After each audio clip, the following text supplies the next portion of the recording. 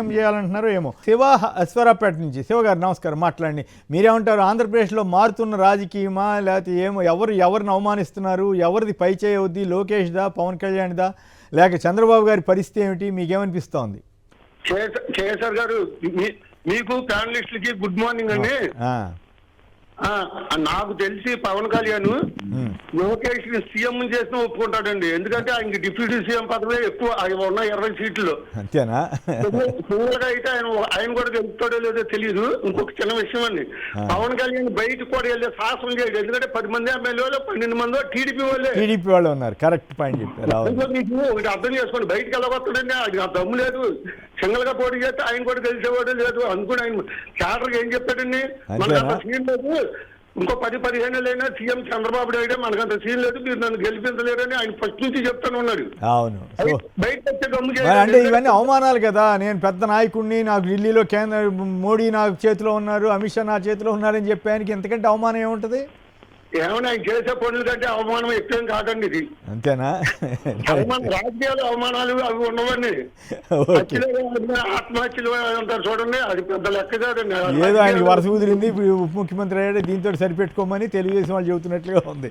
వాళ్ళేమో మరి పాపం పవన్ కళ్యాణ్ గారికి మనసులో లేదు, కానీ పవన్ కళ్యాణ్ అభిమానులు మాత్రం అర్జెంటుగా సీఎం చేయమంటున్నారు వాళ్ళు. మరి కానీ తిడుతున్నారు, వీళ్ళని తిడుతున్నారు తెలుగుదేశం వాళ్ళని. కానీ ఆ బూతులు తిట్టుకోవడం ఏంటో. మరి సోషల్ మీడియా మీద కంట్రోల్ చేస్తానన్న చంద్రబాబు గారు ఇప్పుడు ఎవరి మీద కంట్రోల్ చేయట్లేదు. ఈ బూతులు ఏంటని వాళ్ళ మీద కేసులు కూడా పెట్టట్లా.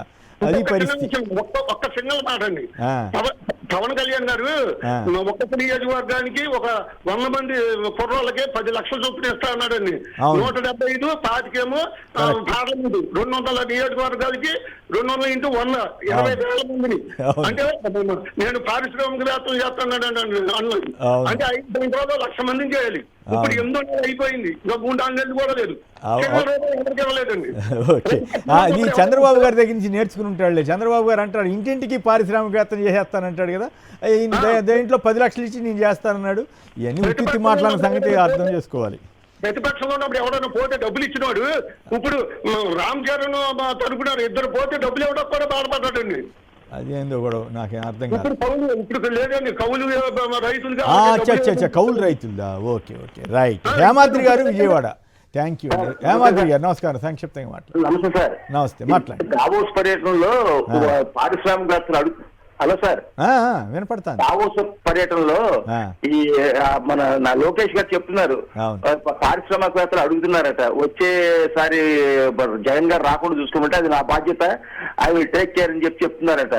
మరి మీరు దాన్ని బట్టి బాగా ఆలోచించాలి సార్. ఎట్లా పోతున్నారు? మళ్ళీ లాస్ట్ టైం లాగా ఈఎంలు మేనేజ్ చేసి అడ్వాన్సులు కూడా ఇచ్చేసి ఉంటారు వాళ్ళకి.